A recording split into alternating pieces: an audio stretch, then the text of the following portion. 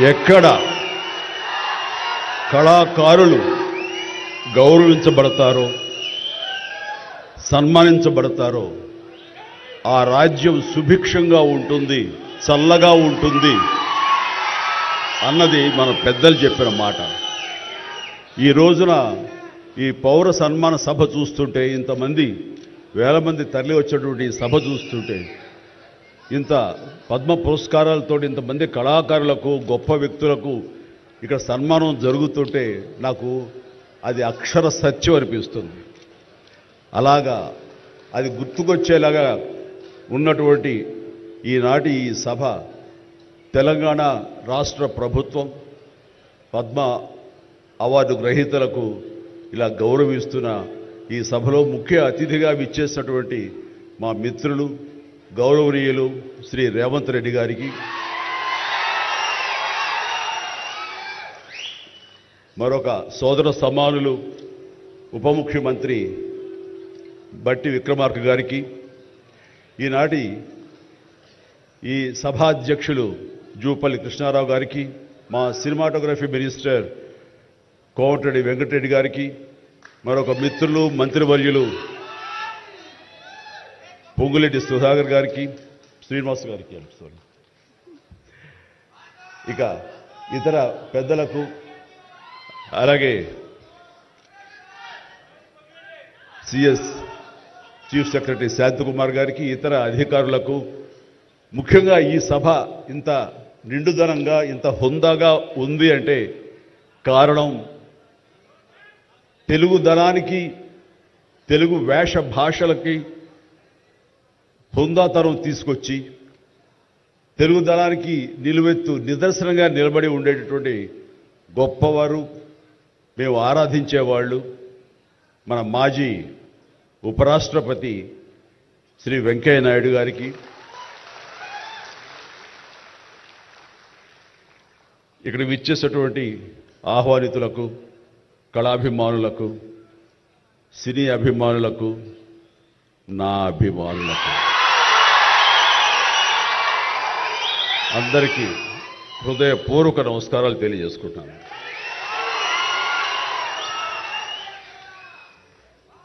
నాకు నిజంగా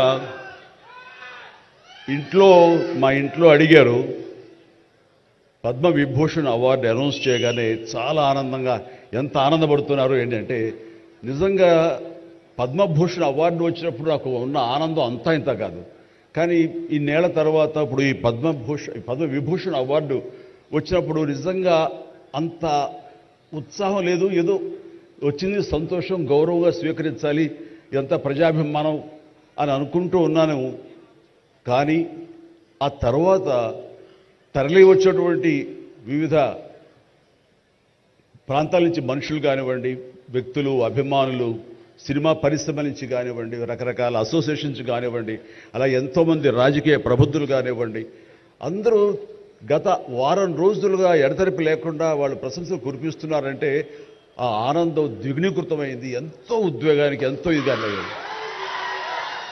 అవార్డు ఇవ్వని అభిమానం, అవార్డు ఇవ్వని ఉత్సాహం, ప్రోత్సాహం మీ కరతాళ ధ్వనుల ద్వారా, మీ ప్రశంసల ద్వారా ప్రతి ఒక్కళ్ళు మనసారా ఆశీర్వదిస్తుంటే చాలు, ఈ జన్మ, ఇది పూర్వజన్మ సుకృతం, ఎప్పుడో చేసుకున్న పుణ్యఫలం, మా అమ్మానాన్నలు వాళ్ళకి జన్మించేందుకు వాళ్ళు చేసిన పుణ్యఫలం నాకు ఈ విధంగా సంక్రమించిందంటూ నేను నిజంగా మనసు స్పందించి అలా భావిస్తాను. అదే మీ ముందు ఉంచుతున్నాను. ఇక నాకు తెలిసి ప్రప్రథమంగా అవార్డులు అనౌన్స్ చేసిన వెంటనే ఒక ప్రభుత్వం స్పందించి వారికి ఈ రకంగా సన్మానం చెయ్యాలి అనే భావం రావటం అన్నది బహుశా ఎప్పుడు జరగలేదు. ఇదే మొట్టమొదటిసారి జరిగింది. దానికి ప్రధానమైన కారణం యువకులు, డైనమిక్ లీడర్ మన ముఖ్యమంత్రి రేవంత్ రెడ్డి గారు, అలాగే వాళ్ళ సహచర మంత్రి వర్యులు, వీళ్ళందరూ ఒక్కడిగా అనుకుని స్పందించిన మనసుతోటి మన వాళ్ళని మనం గౌరవించుకోకపోతే ఎలాగ గౌరవించుకోవాలి అంటూ అన్నది నిజంగా చెప్తాను. సభాముఖంగా వారికి నా హృదయపూర్వక ధన్యవాదాలు తెలియజేస్తాను.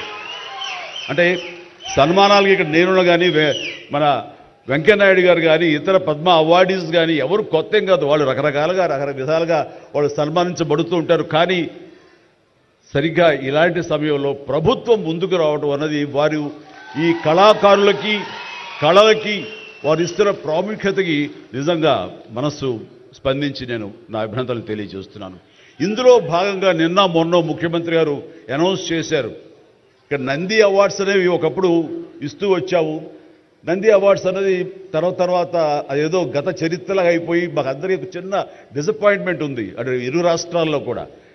అరే కళాకారులు ఇంత నెగ్లెక్ట్ చేస్తున్నారు, ఇంత నిర్లక్ష్యపరుస్తున్నారు, ఎందుకు ఉత్సాహపరచట్లేదు? అది పెద్ద గొప్ప విషయం కూడా కాదు అది. అండ్ అది ఇస్తే కనుక చాలామంది చాలా ఉత్సాహం ఉంటుంది, ఆ ప్రోత్సాహంతో మరింత ముందుకెళ్తారు.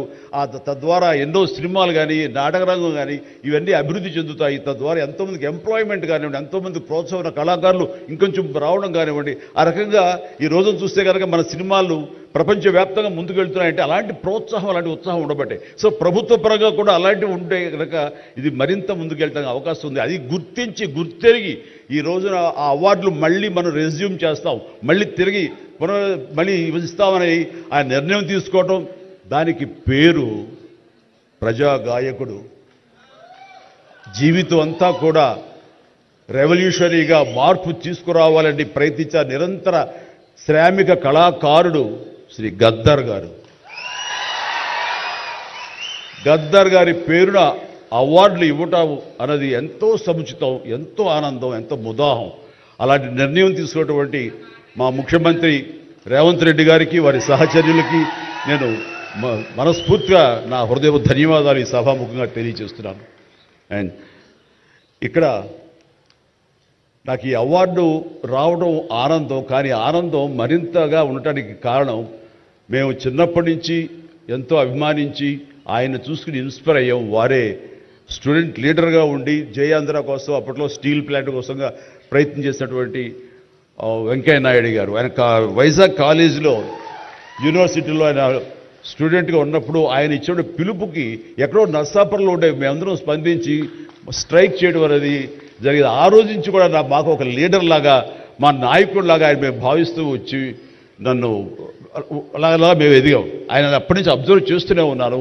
ఆయన వాగ్ధాటికి నేను పెద్ద ఫ్యాన్ని. ఆయన మాట్లాడే మాటలు అలాగా నోరు వెళ్ళగట్టి చూస్తుంటాను. ఇప్పుడు కూడా అదే ఎదురు చూస్తాను. ఆయన ఎంత ఓపికగా మాట్లాడతారో తెలియదు, కానీ డెఫినెట్గా అలరిస్తారంటూ ఎలాంటి సందేహం లేదు. సో ఆ రోజు నుంచి ఈ రోజు వరకు కూడాను ఆయన రాజకీయంగా ఒక హుందాతనంతో రియల్ స్టేట్స్మెన్ ఇన్ పాలిటిక్స్ అన్నది ఆయన నిర్మాణాత్మకంగా అలా ముందుకెళ్తూ ఈ రోజున అత్యున్నతమైన పొజిషన్ మాజీ ఉపరాష్ట్రపతిగా ఆయన నిర్వహించి తన బాధ్యతలు చేశారు. కానీ ఆయన ఎప్పుడూ మదన పడుతుంటారు. నాతో కూడా ఆయన షేర్ చేసుకున్నారు. రాజకీయాలు రాను ఇలాగా దుర్భాషలతోటి వ్యక్తిగత విమర్శలతోటి ఇలా దిగజారిపోతున్నాయి చిరంజీవి గారు. ఇది కాదు, ఇది ఆ హుందాతనం ఉండాలి. ఉండి కూడా ఎన్ని సాధించాం మేము. అది ఇదవుతున్నట్టు ఎంత మదన పడుతున్నారంటే వన్ కూర్చున్నప్పుడు ఆయనతో నాతో చెప్పినప్పుడు ఇప్పుడు కూడా అలాగే అయిపోతుంది. అలా అవ్వకుండా ఉంటే బాగుంటుంది అంటే అలాంటి అవ్వకుండా ఉంటే బాగుంటుందన్న ప్రయత్నంలో నేను కూడా మిమ్మల్ని ఇన్స్పిరేషన్గా తీసుకుని నేను వెళ్ళినవాడేనండి. కానీ ఆ ధాటికి ఆ మాటలకి మాట పడటం మాట అనటం ఇది నా వల్ల కాదు, మీలాగనే. కాబట్టి నేటి రాజకీయాల్లో మనం అన్ఫిట్ అంటారా, లేకపోతే మనలాంటి వాళ్ళు ఇలాగా ఎగైన్ ప్రతిసారి ప్రతి చోటని చెబుతూ ఉంటే ప్రజలు వాళ్ళు మోటివేట్ అయ్యి అలా దుర్భాషలాడి రాజకీయంగా వ్యక్తిగతంగా విమర్శ చేసే వాళ్ళని కానీ తిప్పి కొట్టగలిగితే ఖచ్చితంగా మీరనుకున్నది నేను అనుకున్నది జరిగి తీరుతుందండి. ఒక వాజ్పేయి గారు ఆ రోజుల్లో స్టేట్స్మెన్ అంటారు. ఆయనలాగా మళ్ళీ అంత హుందాతనం మళ్ళీ మనం ఈ రోజున మనం వెంకయ్యనాయుడు గారిలో చూస్తున్నాం. అయితే ఆయన రాజకీయంగా కొంచెం విశ్రమించారు కాబట్టి ఈ రోజున ప్రజలే ఆలోచించుకోవాలి. అలాగా నోరు జారే వాళ్ళని దుర్భాషలాడుతూ వ్యక్తిగత విమర్శలు చేసేవాళ్ళని తిప్పికొట్టే విధంగా నిర్ణయించే శక్తి మీకే ఉన్నది, మీరే నిర్ణయించుకోవాలని చెప్తున్నారు. ఈ రోజున రకరకాల రంగాలకు సంబంధించినటువంటి గొప్ప గొప్ప వ్యక్తులు వాళ్ళు నాకు గుర్తింపు వస్తుందా రాదా అని కాదు, అది వాళ్ళ ఇంట్రెస్ట్ కొద్ది. ఈ రోజున ఇక్కడ ఒక్కొక్కరు శిల్పకళాకారులు ఉన్నారు, అలాగే కొన్ని art forms of village rural సంబంధించిన వాళ్ళు ఉన్నారు, సమయ గారు ఇట్లాగా అలా రకరకాల కవులు ఉన్నారు. వీళ్ళందరూ కూడాను ఆ పని చేసుకుంటూ వెళ్ళిపోయి అదే మా జీవితం, అదే మా ధ్యేయం అంటూ అలా ముందుకు వెళ్ళిపోయే దీంట్లో ఈ రోజున ప్రభుత్వాలు గుర్తించి వాళ్ళకి పద్మశ్రీ అవార్డులు ఇవ్వటం అన్నది, పద్మ అవార్డుతో గౌరవించుకోవడం అన్నది ఈ సందర్భంగా నేను వాళ్ళ గుర్తించినటువంటి భారత కేంద్ర ప్రభుత్వానికి నేను మనస్ఫూర్తిగా నా అభినందనలు తెలియజేస్తాను, నా సంతోషాన్ని వ్యక్తపరుస్తాను. దీనికి మరీ ముఖ్యంగా మన ప్రియతమ నరేంద్ర మోడీ గారు ప్రధానమంత్రి, ఆయన దీన్ని గుర్తించి అలాగా ఇవ్వడం జరిగింది. ఇక్కడ ఒక విషయం చెప్పొచ్చో చెప్పకూడదో తెలియదు కానీ ఒక విషయం చెప్తాను. మధ్యాహ్నం నాకు అవార్డు మీకు ఇవ్వాలనుకుంటున్నాము, మీకు మీ కన్ఫర్మేషన్ కానీ మీ యొక్క ఆమోదం మాకు తెలియాలంటూ హోమ్ డిపార్ట్మెంట్ నుంచి ఫోన్ ఇచ్చినప్పుడు ఒక షాకు లోన్ అయ్యాను. అప్పటికి ముందు నుంచి స్పెక్యులేషన్స్ ఉన్నాయి కానీ నాకు ఇవన్నీ కూడా వస్తాయి లేవో అనే దాని మీద ఎప్పుడో మీమాంస ఉండేది నాకు. వాళ్ళు చెప్పగానే సంతోషించాను. సో ఈవినింగ్ ఎన్నింటికి వస్తుందని వాళ్ళు 6-7 o'clock వస్తుంటే అప్పటి నుంచి అలా టీవీలు ముందు కూర్చున్నాను. సో కొంతసేపు చూసేసరికి రాలేదు ఆ వచ్చినాయి అని గబగ నేను సర్దుకొని కూర్చుంటే ముందు పద్మశ్రీ అవార్డులు ఒక 34-36 వచ్చినాయి. ఆ తర్వాత నెక్స్ట్ మందే కదా అనుకుంటూ అందరూ సర్దుగా రెండు పిల్లలు గొడవ చేయకుండా కూర్చోండి రే ఇష్యూగా నా పేరు వస్తుంది అంటూ కూర్చాను. అరగంట అయింది రాలేదు, గంట అయింది రాలేదు, గంటన్నర అయింది. ఓరి బాబు ఏంటిది, ఏదైనా తిరిగి ఏమైనా మారుస్తారా, మనకి వచ్చే అవకాశం లేదని చిన్న మీమాంసలో ఉన్నారు. ఆ తర్వాత వచ్చిందనుకోండి. ఆ తర్వాత ఇదే డౌట్ నేను మన వెంకయ్యనాయుడు గారి ఇంటికి వెళ్ళి నేను ఆయన గౌరవంగా ఆయన సన్మానించుకున్నప్పుడు ఆయన ముందు చెబితే ఇదంతా కూడా నరేంద్ర మోడీ గారు ఒక ఆలోచన అండి. పద్మశ్రీ అవార్డులు చాలా బడుగు బలహీన వర్గాలకు సంబంధించినటువంటి చిన్న స్థాయి కళాకారులకు వచ్చింది. ఒకేసారి వెంకయ్యనాయుడు గారి పేరు, చిరంజీవి పేరు, పద్మ సుబ్రహ్మణ్యం పేరు, వైజయంతిమాల బాలి పేరు వస్తే కనుక అది సుస్పష్ట, అది ప్రముఖంగా వేసేస్తారు. అలా వేసినప్పుడు వీళ్ళ గురించి ఎవరు చెప్పుకుంటారు? కాబట్టి వీళ్ళ గురించి చెప్పుకోవాలి అంటే గంటన్నర టైం మధ్యలో గ్యాప్ ఇవ్వండి. గంటన్నర వరకు వాళ్ళ గురించి చర్చ జరుగుతుంది. వాళ్ళు ఎవరు అంటారు, ఇక్కడ సమ్మయ్య ఎవరు, ఆచార్య గారు ఎవరు, ఇలా పేర్లని చెప్పుకుంటూ వాళ్ళ గురించి ఆలోచిస్తారు, చర్చించుకుంటారు. వాళ్ళకి గుర్తింపు వస్తుంది. అది రిజిస్టర్ అయిన తర్వాత దెన్ చిరంజీవి వెంకయ్యనాయుడు గారు డబ్బు ఇష్టం అన్నారు. అది నిజంగా గొప్ప ఆలోచన, గొప్ప ఇది. వారి గురించి తెలుసుకున్న తర్వాత నాకు నరేంద్ర మోడీ గారి మీద గౌరవం మరింత పెరిగింది ఆయన చిన్న ఆలోచించి. సో ఇలాంటి సన్మానం జరగటం అన్నది నాకు నిజంగా అత్యంత గౌరవంగా భావిస్తాను. నా జన్మ సార్థకమైందని భావిస్తున్నాను. ఎన్నో కార్యక్రమాలు చేశాను. ఇది సినిమాల్లో రాణించిన కూడా సినిమాల్లో ఎంతో ప్రప్రథమ స్థానంలో ఎన్నో సంవత్సరాలు దశాబ్దాలుగా ఉండటమే కాకుండా ఆర్టిస్ట్కి సామాజిక బాధ్యత, సామాజికటువంటి సేవ చెయ్యాలి. అది నేను అనుకోను కాదు, ఏమీ కాదు, నాకు అనిపించి నా అభిమానులు అందరూ కలిపి వాళ్ళు ఎంతసేపటికి సినిమా థియేటర్లకో వాల్ పోస్టర్లకో పాలాభిషేకాలకో వీటి కొట్టుకోవడాలు వీటికి ఉండేటటువంటి కల్చర్ని మనం మార్చాలి అనే ఉద్దేశంతో వీళ్ళందరూ శక్తివంతులు. ఇలాంటి శక్తిని అన్గైడెడ్ మిస్సైల్లా ఉండకుండా దీని అన్నింటి ఛానలైజ్ చేస్తే కనుక వీళ్ళ చేత సత్కార్యాలు మనం చేయించుకోవచ్చు అనే భావం నాకు లేట్ 90s వచ్చింది. అందులో భాగంగా ఆ రోజున బ్లడ్ దొరకక ఎంతోమంది మరణిస్తున్నారని తెలిసిన తర్వాత ఇంతమంది ప్రజానీకం ఉండి కేవలం బ్లడ్ అనేది హాస్పిటల్లోనో లేకపోతే ఫార్మస్యూటికల్స్లోనో దేడు దొరకదు మనకి. అది మనిషి ఇంకో మనిషికి ఇస్తేనే దొరుకుతుంది. అలాంటిది మనుషుల్లో ఇన్స్పైర్ చేయక వాళ్ళు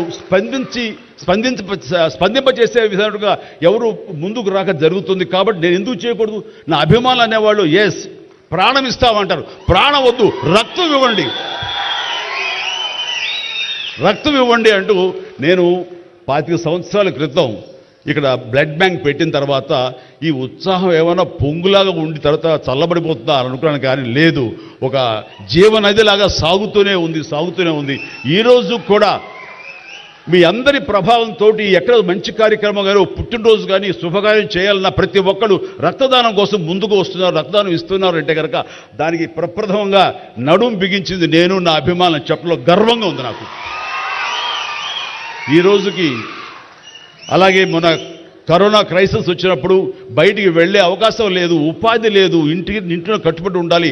ఇలాంటి పరిస్థితుల్లో వాళ్ళందరికీ నిత్యావసర వస్తువులకు చాలా కష్టపడిపోతారు అనుకున్నప్పుడు నా ఇతర మిత్రుల సహాయ సహకారాలతోటి నేను పెద్ద ఎత్తున వాళ్ళకి 4 నెలల పాటు మన ఇళ్లలో తినే హై క్వాలిటీ గ్రాసరీస్ నేను వాళ్ళకి అందివ్వడం జరిగింది. అది వాళ్ళు బయటికి రాలేరు, పోలీసులు వాళ్ళు చాలా స్ట్రిక్ట్గా ఇంటికే పరిమితం చేస్తారు, ఏం తింటారు.